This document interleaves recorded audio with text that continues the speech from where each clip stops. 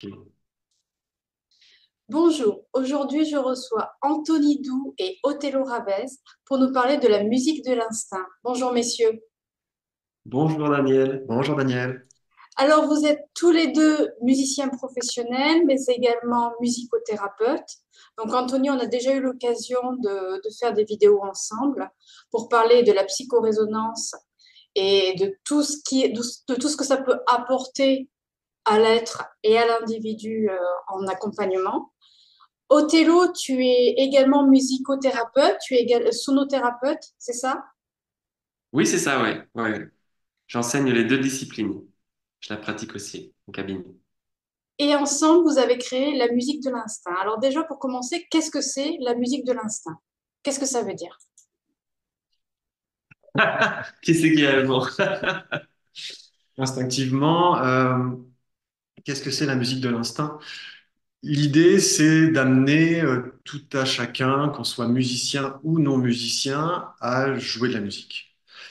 Et l'idée, c'est ça, c'est de sortir là, en l'occurrence, dans ce qu'on propose du cadre du solfège, de cet apprentissage-là, qui peut être intéressant dans un autre cadre. Nous on emmène beaucoup de personnes non musiciens ou personnes frustrées de ne pas pouvoir improviser, à jouer librement d'un instrument de musique, à se faire plaisir. Et donc pour ça, on a d'autres clés qui nous permettent justement d'être dans l'instant, dans l'écoute. L'idée, c'est ça, c'est d'amener dans cet espace-là, dans cet univers-là, où on s'écoute, où on écoute la musique, où on écoute le son, où on écoute l'autre dans cette posture de présence à soi et à la musique pour pouvoir improviser et offrir sa musique. Voilà comment je présenterais la musique de l'instant. Ouais, c'est bien, ça me plaît, j'adore. Ouais. Voilà, c'est un projet qui date maintenant de... On a commencé en 2021 et avec un premier module, on en a fait ensuite un deuxième et puis peut-être d'autres arriveront. Euh, parce qu'il y a... C'est des explorations d'émerveillement en fait. Se replacer dans la joie de découvrir quelque chose, dans la spontanéité, dans l'émerveillement du son, dans le jeu avec l'autre. Donc ça amène beaucoup de joie et beaucoup d'envie. Et nous, ça nous donne aussi envie de continuer de proposer d'autres formules. Et pour participer à ces stages, est-ce qu'il est nécessaire d'avoir un prérequis, une connaissance musicale ou peut-être déjà une interprétation par rapport à un instrument ou au solfège? Ou alors est-ce que c'est pas du tout nécessaire? On peut y aller en total novice, un petit peu juste dans l'envie de découvrir, ou vraiment est-ce que ça nécessite cette rigueur un petit peu bien spécifique que l'on peut voir derrière les cours de musique en règle générale? J'ai envie de répondre quand on lit les deux mots ou les trois mots, la musique de l'instinct, c'est reprendre son instinct dans la musique. Donc, si on retrouve un peu l'instinct dans la nature, je pense qu'aujourd'hui, on a un petit côté instinctif qui va se retrouver dans les situations de danger ou situations vraiment exceptionnelles. Mais si on se met dans la nature, on va retrouver son côté instinct dans l'écoute, c'est-à-dire écouter les sons de la nature, être à l'affût et pourquoi pas être créatif avec des choses de la nature, vraiment dans un sens naturel, sans jugement, en profitant de la nature. Et si on remet ce que je viens de dire dans le côté de la musique, on n'a pas besoin d'être professionnel, musicien professionnel avec des connaissances pour venir faire ce stage. C'est surtout ce qu'on a envie d'apporter, c'est retrouver du sens. On a des outils, on apporte des outils. Dans ce côté découverte, curiosité, reprendre du sens dans l'écoute. Qu'est-ce que j'écoute, comment je suis dans mon corps, qu'est-ce qui se passe autour de moi. Est-ce que je peux écouter plusieurs choses hein, et me sentir dans mon corps? Donc, il n'y a pas besoin d'avoir de prérequis euh, pour venir à la musique de l'instinct.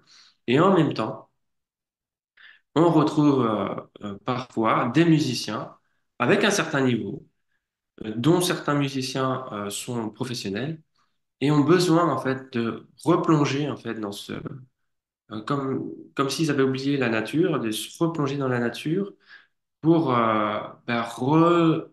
faire jaillir, refaire émerger quelque chose de créatif en nous, mais pas seulement tout seul, mais avec les autres. Et c'est ce qu'il arrive parfois dans les stages. On a des musiciens professionnels qui sont un petit peu en dents de scie dans leur carrière et qui viennent à ce stage, qui retrouvent un petit peu du sens. Alors, on a tous les deux des cordes à nos arcs euh, qui permettent d'accompagner toutes sortes de personnes, même si la personne a des grandes connaissances, et de lui porter parfois, de lui proposer des défis ou d'autres choses à explorer qui peuvent même, c'est un peu déconcertant parfois, mais revenir à l'état de débutant Ouais. pour réenclencher quelque chose de nouveau. En fait, il y a aussi une histoire de posture. C'est-à-dire, il n'y a pas de prérequis parce que l'idée, c'est d'amener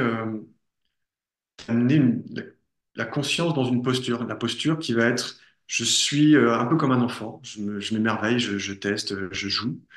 Et puis, je suis aussi un peu comme un adulte qui à la fois analyse, dit oh, voilà ce que je viens de faire, voilà ce qui serait peut-être intéressant de faire maintenant. Et puis à la fois comme un parent qui accompagne ça, qui dit ben, en fait, moi, j'ai pas de technique ou j'ai cette technique qui arrive là. En fonction de ça, j'ai une liberté déjà énorme. Donc d'avoir conscience de sa technique et puis d'alchimiser un peu ces trois postures qu'est la posture d'enfant, de jeu, d'analyse de l'adulte, du parent bienveillant, etc. Et donc non, non, il y a beaucoup de personnes qui n'ont jamais fait de musique. Bon, il y a des personnes qui ont fait de la musique autrefois, comme du piano, ou 5, 10 ans de piano, et puis qui voudraient revenir, mais sans passer par la partition, passer par un autre biais, se faire plaisir là tout de suite. Euh, et bah, du coup, voilà, là, ça devient possible.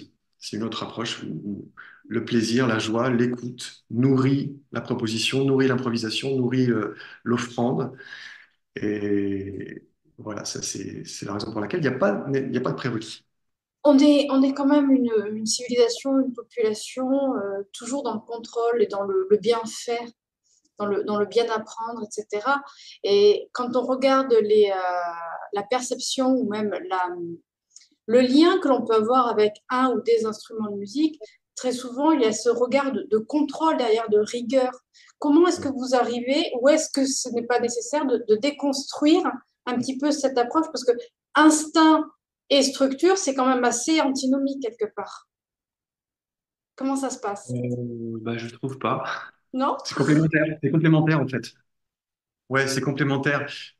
Mais c'est vrai, c'est une question importante parce que on a besoin d'une structure, d'être structuré quelque part pour pouvoir improviser ou et inversement. C'est-à-dire que l'improvisation, d'être dans l'instant, va nous apporter une certaine structure dans l'analyse au fur et à mesure. Ça, c'est la chance de la musique, c'est-à-dire que l'œuvre musicale, elle se crée aussi dans le temps. Et donc, au fur et à mesure où le temps passe, on peut analyser, restructurer rapidement par sa pensée ce qui vient d'être fait, proposer autre chose, venir équilibrer, venir modifier sa proposition, mais toujours à l'écoute de soi. Donc, on vient, comme tu le disais, de déconstruire quelque chose hein, au niveau Mm.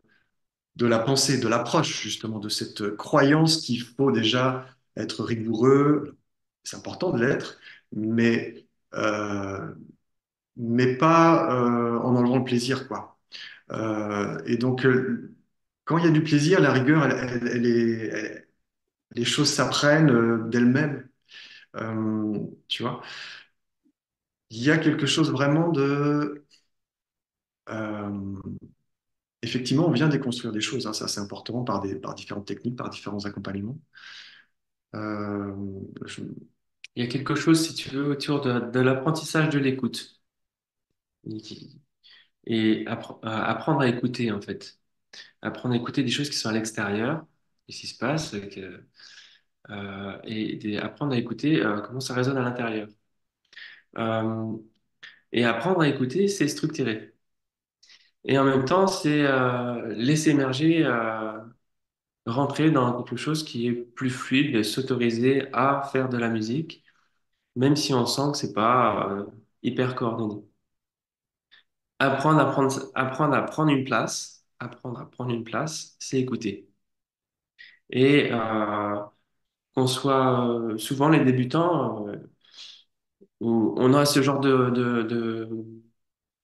tu sais, c'est ce genre de questionnement qui est ah non, non, non, non, cet instrument, maintenant j'y touche pas, oh là, c'est trop précieux. Ou alors, oh là là, ils font de la musique, je vais écouter, je suis incapable de faire la musique avec eux. Alors que bah, c'est complètement faux. Il suffit juste de savoir qu'est-ce qu'on va écouter. Et puis ensuite, de savoir s'autoriser à venir manipuler un couteau ou une hache grande comme ça qui est représentative d'une guitare ou d'une sitar, etc. De mettre les doigts dedans et d'avoir comment ça résonne, comment ça se pince, comment ça se frappe. Donc, apprendre à prendre sa place, choisir une place, à jouer une place, à jouer de la musique en place ou moins structuré, c'est écouter. Et écouter, c'est aussi mettre dans le corps. Ces deux phases, elles sont vraiment importantes. Et ça, apprendre à écouter, c'est structuré. Et c'est aussi instinctif. Pour moi, instinct, c'est vraiment un mot de la nature. On retrouve son instinct dès qu'on est dans la nature. Mais dès qu'on est dans la nature, on structure pour ne pas se faire piéger. Là, on structure pour être créatif plutôt, pour se faire plaisir. Et être avec les autres aussi. Parce que souvent, ce qui nous limite, c'est le jugement, le regard. Oh là là, ça sonne pas bien ce que je fais. Et apprendre à écouter pour structurer, être avec les autres. Voilà. Mm. Et tout en sortant aussi du mental qui cloisonne, qui ne permet pas l'autorisation. Donc, en s'autorisant à être dans ce jeu-là, dans cette offrande-là, ça vient nous faire sortir de ces croyances-là qu'il faut faire les choses bien, exactement. Donc, c'est plus une musique du cœur, quelque part aussi. Mm. Et le fait d'oser donner sa musique, d'oser. Et ça amène. Et en fait, c'est des choses extrêmement belles. Euh, ce qui se passe, c'est extrêmement authentique, c'est extrêmement beau, c'est extrêmement touchant. On pleure à chaque session, on pleure parce que c'est tellement empreint de vérité et de profondeur. Hein, C'est vrai. et c'est ça qu'on va chercher, et c'est ça l'expression de la musique de l'instinct. C'est cette authenticité, comment j'offre ma vulnérabilité, comment j'offre mon énergie, comment j'offre mon intention. Et tout ça fait que, waouh, quand on est en face, on dit, waouh, là c'est juste. Voilà. Il y a un mot sur lequel je vais rebondir que vous avez prononcé tous les deux, c'est le mot plaisir. Et peut-être il y a aussi ça à commencer à observer. De quelle manière est-ce que l'on arrive, est-ce que l'on sait déjà se faire encore plaisir aujourd'hui? Parce que oui, tel des enfants, on peut arriver face à, j'imagine, on verra après, face aux instruments, mais il y a aussi cette résistance, c'est le droit de quelle manière on se fait plaisir. Et c'est vrai que l'interaction avec les instruments, elle permet aussi ce côté un peu plus ludique dans l'interaction et dans le côté de quelle manière je me fais plaisir. Et là, par rapport à ces instruments, il y a quoi comme instrument, en fait, dans ces stages? Qu'est-ce qu'on y trouve? Il y en a beaucoup, hein. Il y en a un paquet, il y en a plus de 150. Il y a des instruments complexes, on va dire, par exemple le piano, la guitare, l'accordéon, le bandonnéon, euh, la Pas complexe, classique, classe. Ouais, classique. Puisque du coup, on les amène à ce qu'ils ne soient pas complexes. Hein. c'est vrai. Moi, ça vient vraiment parler de là d'où on vient. Parce que moi, j'ai pas fait le conservatoire. Je joue avec des musiciens qui ont fait le conservatoire, donc qui ont la connaissance de la lecture et des harmonies, etc. Et moi, je viens de la structure. Et quand je suis une personne qui vient de l'extérieur, comme à mes débuts, je pourrais me dire, l'accordéon, pour moi, c'est complexe. Et justement, tous les deux, en réunissant nos forces, ben, Anthony vient de me dire, ça dépend. comment on vous amène l'accordéon dans les mains Eh et oui. comment on vous le fait apprendre. Du coup, il devient moins complexe. Donc, il y a ces instruments classiques et puis il y a des instruments plus instinctifs dans le sens, euh, comment je voulais dire ça? Très abordable. Tout ce qui est percussion, c'est abordable avec les mains ou avec des baguettes. Et tous les instruments qui sont accordés, on dit en pentatonique par exemple, euh, tout ce que vous allez jouer, il n'y aura jamais une fausse note, entre guillemets, puisque c'est pas possible de faire une fausse note, la gamme est déjà faite. La mélodie sont déjà composées par les fabricants. Donc ça peut être des tongs drums comme le tamboura, les sanza, les sanzula, qui sont plus connus aujourd'hui dans les instruments de bien-être. Ça peut être le handpan, qui est l'instrument du 21e siècle, on pourrait dire ça comme ça. Cette espèce de secoupe volante avec tous ces petits points à aller tapoter dessus. Ça peut être tous les instruments à cordes qui sont très très simples, comme les harpes, les petites harpes, les petites lyres, etc. On va retrouver aussi des instruments qui sont beaucoup plus euh, faciles d'approche dans le sens résonance de la nature, mais qui nous permettent souvent de chanter, de poser notre voix dessus, puisqu'il y a moins de choses à structurer avec les mains et avec l'écoute. Il y a plutôt un sens d'écoute dans la nature, et donc je peux chanter avec. Voilà. Ouais. Oui, puis bah, en fait, on commence par ces instruments comme aussi les bols tibétains, le bol en cristal, ou tout un tas d'instruments où c'est plus l'espace du son qui nous intéresse. Et après, on va amener vers des instruments un peu plus mélodiques. Et puis petit à petit, on va aussi aller vers le piano ou la guitare ou l'accordéon, ou des instruments Mm. mais avec les clés qu'on propose au départ, ça permet d'aborder ces instruments d'une autre façon et de tout de suite se dire, ben voilà, en fait, je joue, quoi.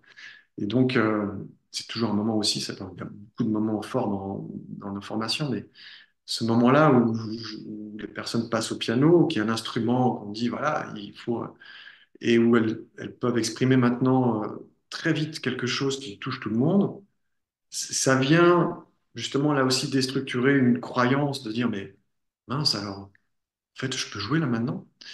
Et donc, ça change beaucoup aussi ce rapport à je peux me donner du plaisir, prendre du plaisir, offrir du plaisir tout de suite maintenant. Et donc, par rapport au piano, on a une chance aujourd'hui, c'est qu'il y a des pianos partout dans les gares.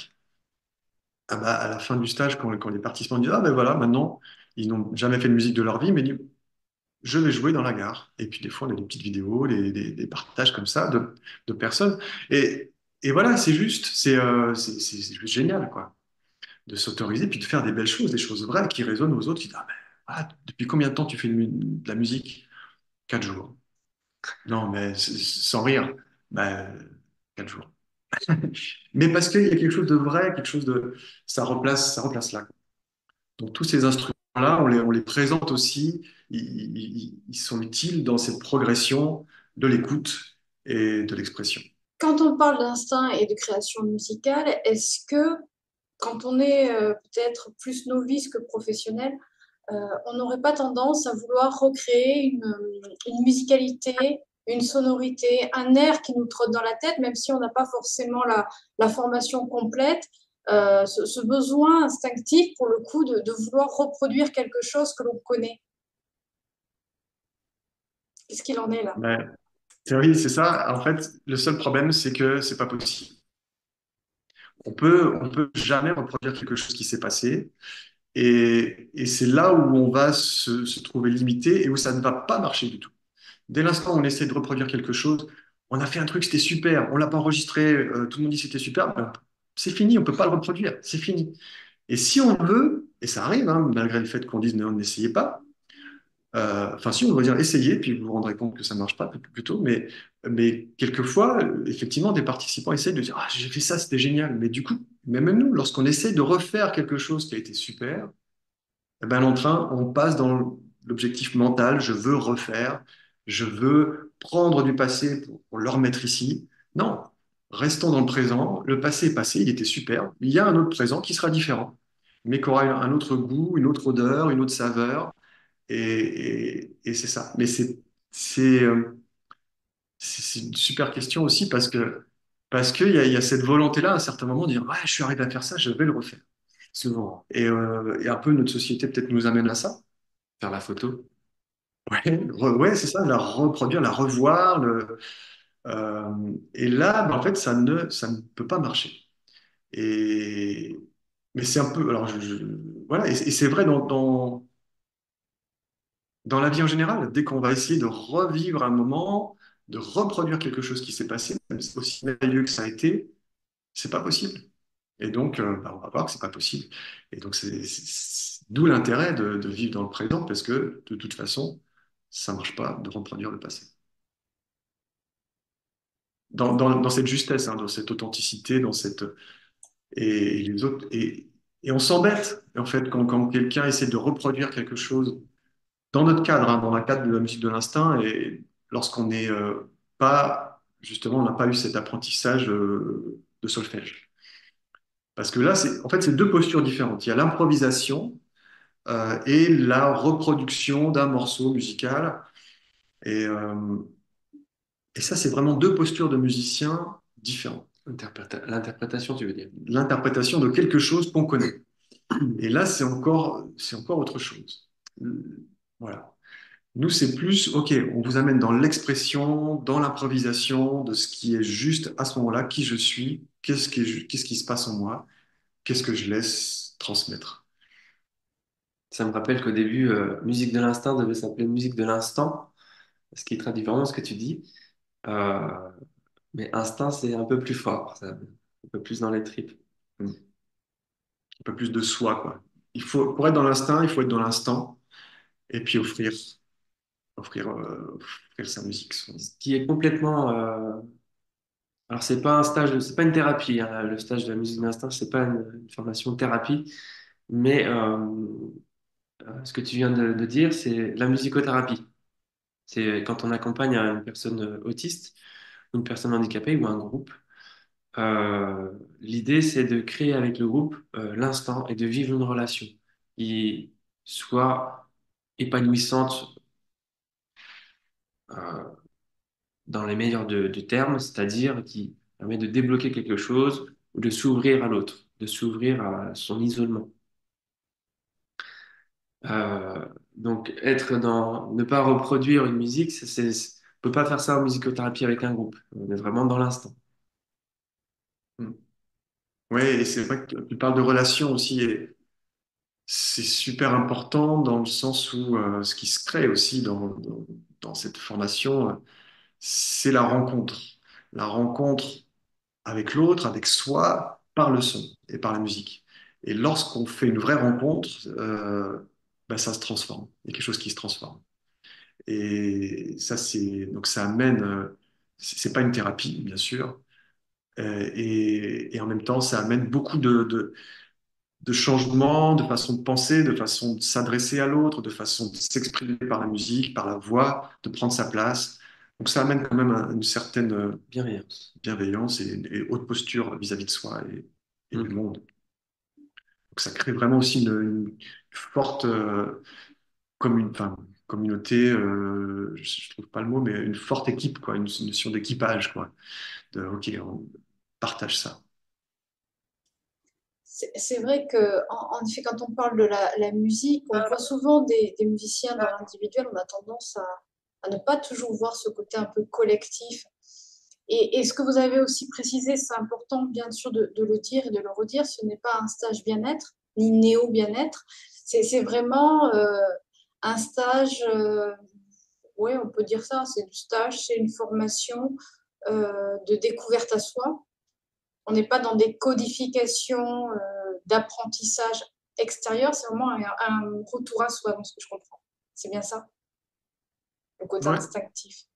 ouais, c'est ça, retour à Tout à soi, fait. l'écoute de soi. En toute simplicité, il y a quelque chose de l'ordre de l'innocence aussi, et donc de l'ordre de la vérité. aussi simple soit-elle, comment je peux l'exprimer? Et la musique est un super vecteur. Donc oui, il y a vraiment quelque chose de transformant, de libérateur, hein, waouh,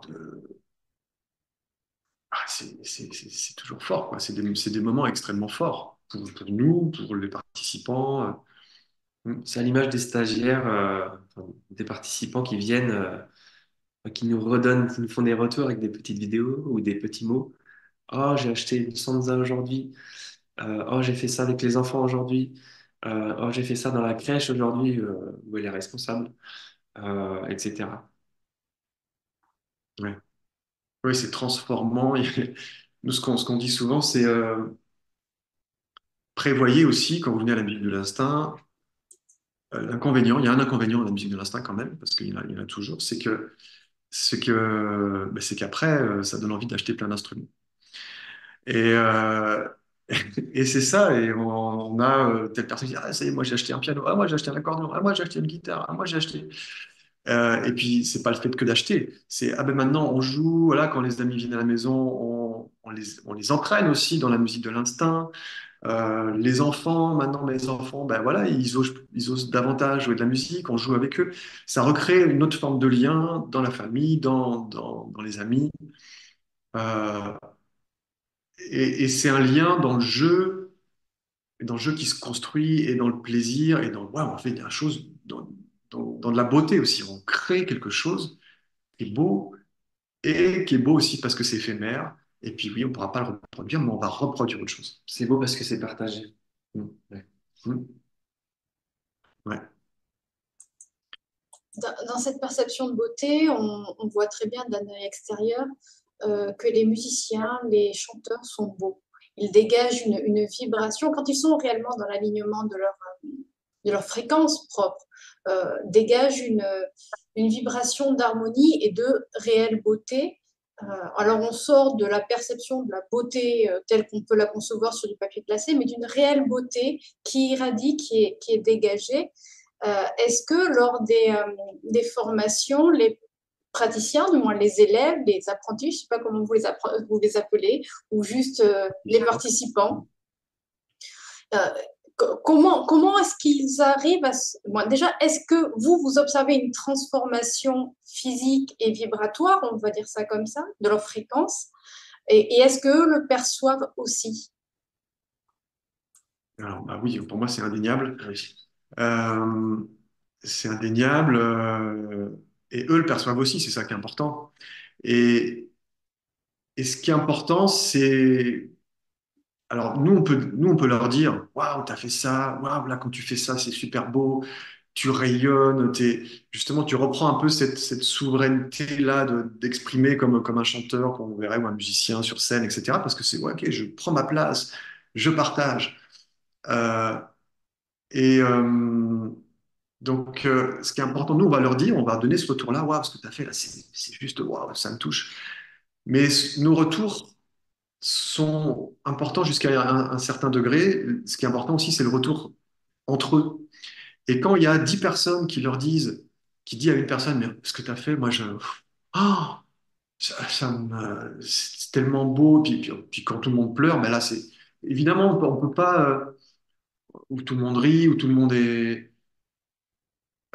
C'est le retour qui fait que tout de suite, la personne réalise vraiment, consciemment et même inconsciemment, que ben, elle exprime quelque chose d'extrêmement fort, d'extrêmement beau. Elle est dans son alignement dont tu parlais tout à l'heure et dans cet état vibratoire qui est juste, quoi. Hein. Oui, mais c'est important ce que tu dis, Daniel, parce que la beauté, c'est toute l'apparence de notre société aujourd'hui. Et l'idée, c'est pas que nous, on dise que c'est beau, c'est que la personne euh, ressente cette beauté à l'intérieur d'elle, dans le sens, j'ai créé quelque chose, qu'est-ce que ça me fait d'avoir fait ça? Je peux prendre l'exemple d'Eliane, par exemple, qui nous est pas chantée, je me permets,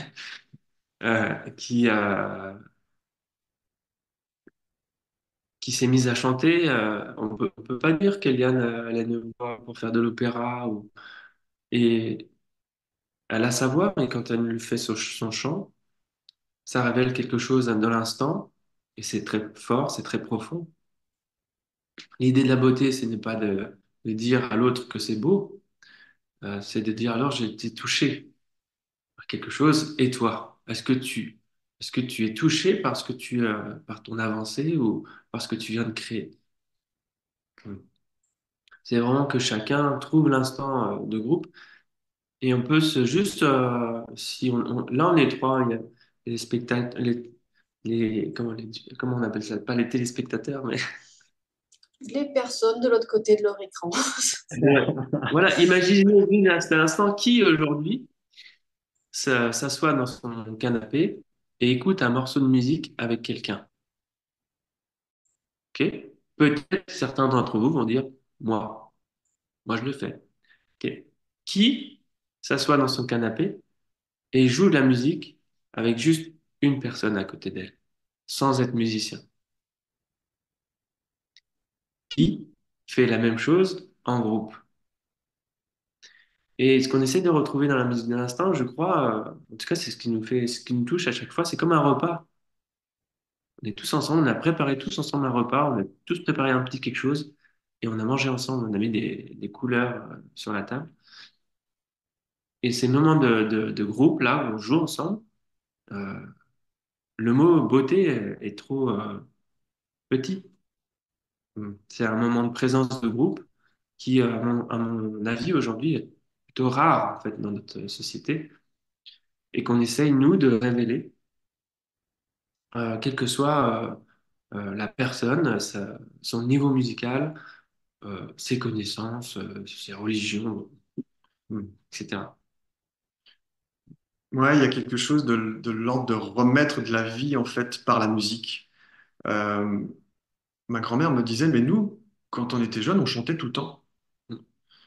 C'est-à-dire qu'il y a trois générations, le chant, la musique faisait partie du quotidien pour soutenir un travail, pour soutenir une équipe, et, et en fait, c'est devenu par la technologie qui a aussi ses intérêts, mais et par le chanteur, la star qu'on idéalise. Et c'est très bien. Mais du coup, on a dissocié. On s'est dit, voilà, il y a eu comme l'idée que la musique, le chant, la voix, ce plaisir-là est réservé à une élite, à quelqu'un qui sait très bien faire. Et du coup, on a tous perdu ça. Enfin, la société a perdu ça. Et c'est bien dommage qu'une vie où tout le monde chante tout le temps, où tout le monde rit, où tout le monde vit et se partage ça, c'est juste, euh, c'est juste magnifique, quoi. Après, ça se voit pour compléter ce que tu nous demandais, Daniel. Euh, Quelqu'un qui prend un instrument dans les mains, un instrument, ça résonne. Ça, tu lui prends dans les bras. Moi, j'ai un percussion dans les mains, personne ne le voit, mais ça fait boum dans le corps. Donc, les personnes, quand elles se mettent à faire un instrument de musique, là, ça se voit. Mais en tant que musicien, nous, on le sait parce que bah, on baigne dedans. Et sur 4 jours, ah, oui, ça se voit dans le corps. Oui, Bah c'est oui, une totale immersion en même temps. Donc, arriver à régénérer peut-être ces cellules, ce que l'on ne fait pas au quotidien. Parce que quand on n'est pas musicien, que l'on garde ça de côté ou avec le regard de non, c'est pas pour moi parce que je ne sais pas, ou pareil pour le chant, on met ça de côté.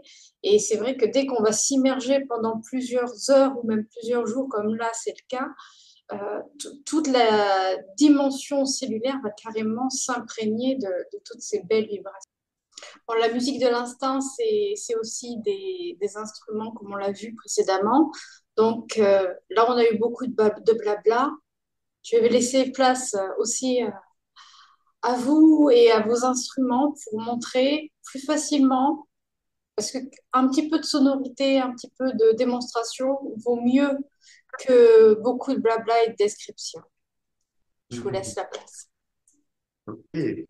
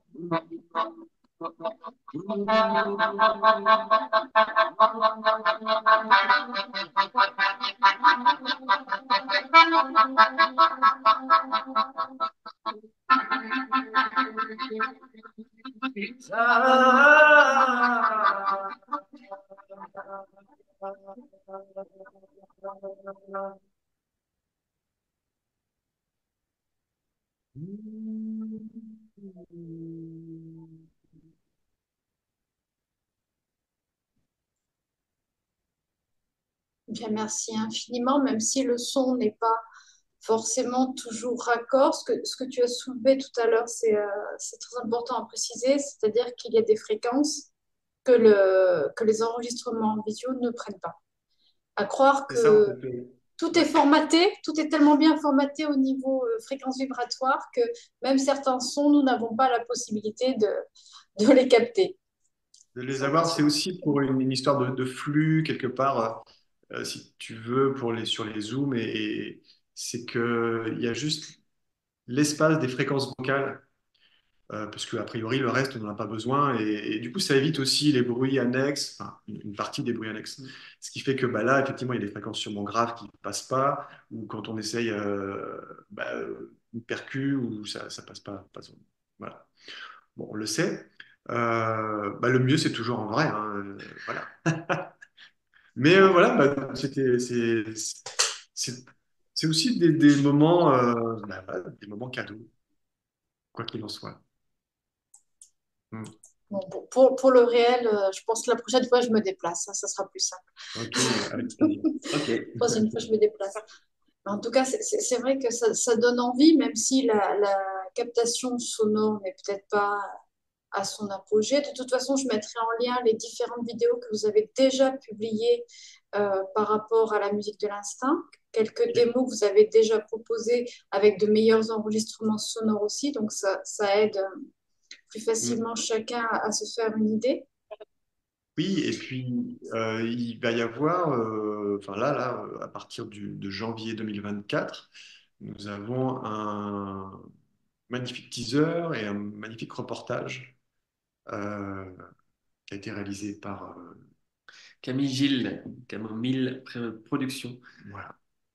Et c'est juste magnifique. Justement, ça donne vraiment donc un partage aussi hein, des participants et puis ça donne vraiment une idée plutôt juste Hmm. de ce qui s'y fait, de ce qu'on y vit, de comment ça se passe, comment c'est ludique, etc. Donc il y aura aussi ce lien, si tu veux, où voilà, je te partagerai des liens par rapport à ça. On n'a pas parlé du nombre de participants par stage. Euh, Parce que c'est vrai, vous l'avez déjà soulevé tous les deux aussi, c'est pas toujours évident quand on n'est pas dans la profession, quand on est novice, ou qu'on a le sentiment de ne pas savoir faire quelque chose, de ne pas, la difficulté de partager. Et là, au niveau des sessions de formation, vous prenez combien de participants et comment ça se passe? Alors, on limite à 14 personnes. Euh, Ce qui nous permet, du coup, on est deux accompagnants, donc ça nous permet d'avoir quelquefois des groupes au complet. Quelquefois aussi, il y a des exercices et des pratiques à une personne, à deux, à trois, à quatre, en demi-groupe. Au module 2, on est plus en demi-groupe. Oui. Euh, voilà, donc on limite à 14 personnes et ça reste confortable. Il y a tellement d'instruments et puis d'espace aussi pour pratiquer que chacun aussi peut avoir son espace, son univers pour bien s'entendre, bien s'écouter. Voilà. Et c'est une formation, je précise aussi, par rapport au nombre de participants, et ce qui est important, c'est une formation qui est certifiée Calliope, donc qui est certifiante. Et Calliope, ça veut dire que, il y a un certain cahier des charges auquel répondre, et que pour certains participants, il peut y avoir une prise en charge. Par des OPCO, donc par le FIFPL, par Uniformation, par l'AFDAS, etc. Donc c'est intéressant aussi pour les artistes par rapport à l'AFDAS. Voilà, donc il y a une prise en charge totale, quoi. Donc ça, c'est plus évident, plus facile. Mm. Au niveau de la tranche d'âge, quelle est-elle? Alors, pour le moment, le record, c'est 84 ans. Ouais. Et record élevé. Et on est dans la vingtaine pour les plus jeunes. Euh, voilà. On n'a pas encore eu dans la dizaine, en haut de la dizaine, mais ça pourrait venir. C'est vrai. Mais ouais. Et, mais oui, jusqu'à 84 ans, et notamment la personne qui a 84 ans, depuis, elle s'est acheté un hang, elle joue avec ses C'est petits-enfants, vrai. elle fait des stades de hang, elle va revenir au module 2. Enfin voilà, il se passe plein de choses merveilleuses quand on commence à mettre la musique et le chant et la voix et l'improvisation et cette lumière-là dans la maison, quoi. Mm. Tu parlais d'enfants d'une dizaine d'années, il peut y avoir aussi le côté intergénérationnel, les extrêmes, Mm. ça peut être aussi C'est pas... intéressant. Ouais. Alors, il y a déjà un petit côté intergénérationnel, parce qu'entre, tu vois, entre 20 et 80, ça fait déjà, il y a déjà presque trois générations, hein. Et en même temps, tout ça, ça ne se sent absolument pas. Non. En fait, il y a quelque chose où, là, on s'en fout, et... Alors, par contre, on n'a pas... c'est pas un des objectifs, tu vois, d'aller vers l'intergénérationnel, d'amener les enfants, ou alors c'est dans un autre cadre, ou peut-être un autre module à réfléchir, mais là, en tout cas, c'est déjà c'est prérequis, c'est d'être adulte, là, pour le moment, et puis on verra plus tard. Être adulte. Pour rejouer de la musique comme les enfants. Exactement. Pour Seulement à réapprendre à... partir de quel moment on est adulte? C'est ça la question. Ça veut dire Ouais, quoi? La société, mais c'est 18 ans. c'est ça, Voilà, voilà. par rapport à cet âge-là, ouais. Après, c'est métaphysique hein, dans l'interprétation d'être adulte ou pas. C'est ça. Mais peut-être que être justement un bon enfant en soi nous aide aussi à être peut-être un adulte différent. Mm. Voilà, puisqu'on parle de ça, en tout cas, c'est cette association, encore une fois, adulte-enfant, c'est structure, liberté. Et c'est cette complémentarité-là, cette posture-là où on amène l'enfant, l'adulte, le parent en nous à être harmonisé, à autoriser. Et donc, l'enfant, il peut s'exprimer que si l'adulte l'autorise. Donc, il y a quelque chose de... Ça vient jouer là-dessus, en tout cas. On travaille sur ces postures. D'où finalement l'objectif principal derrière tout ça, c'est oser être, s'exprimer, euh, prendre sa place, savoir improviser aussi sa vie quelque part. C'est ça. Ça reste un peu la dynamique qui va mettre en mouvement tout ça. Mm. Choisir une place, explorer. se remettre dans l'ingénu enfant, dans l'ingénu ado, l'ingénu adulte, le sage, à l'écoute, et tout ça, tu l'as dit. Mm. Ouais, c'est pour ça que c'est beau, c'est pour ça qu'on adore, c'est pour ça que ce qui se passe est merveilleux, quoi. Parce que c'est tellement vrai, tellement simple.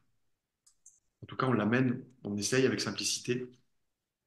Et puis c'est le retour, hein, quand il y a des personnes il y avait une personne, un homme qui au bout d'une journée nous dit, mais en fait, premier jour, hein, mais en fait, je suis musicien. À la fin de la première journée, donc il y a déjà des prises de conscience assez puissantes, très vite. C'est-à-dire, alors que la veille, bah non, vous êtes musicien, nous, on n'est pas musicien. Ben oui, mais c'est quoi? Qu'est-ce qu'on partage? Qu'est-ce qu'on arrive à partager? Qu'est-ce qu'on arrive à donner? Qu'est-ce que... Ouais. Oui, c'est la synergie de groupe qui va permettre à chacun de trouver son individualité, en fait, là-dedans. Et la musique est le facteur et le lien, parce que nous ne sommes que fréquence. Et Donc, c'est ça. ça permet à chacun de retrouver sa fréquence, d'où la psychorésonance également en lien. Et en tout cas, merci infiniment, messieurs. Si vous deviez résumer en quelques mots cette formation, ce stage, même si on en a dit beaucoup des mots, si vous deviez individuellement résumer voilà, ce qu'il y a derrière, qu'est-ce que vous diriez? Moi, je dis souvent s'épanouir en musique, s'épanouir avec les autres. Euh, c'est ce qui se passe devant mes yeux, enfin, je crois. Euh, de par mon regard, je pourrais vous dire ça. Oui, ouais, c'est la reliance à la joie, au bonheur, des vibrations. Eh bien, c'est sur ces belles vibrations que l'on va arrêter la vidéo aujourd'hui. Merci infiniment. Je rappelle à tous la musique de l'instinct. Je mettrai tous les liens en barre de description sous la vidéo. Et merci à Anthony, merci à Othello de ce partage, de cette démarche et de vos belles vibrations. Merci infiniment. Merci beaucoup, Daniel, de À, partager ces vibrations aussi, et puis de nous soutenir avec ta chaîne YouTube et tes vidéos et toutes tes belles énergies aussi. Merci, à, Daniel. à très vite. Merci infiniment. Au revoir. À bientôt. Au revoir.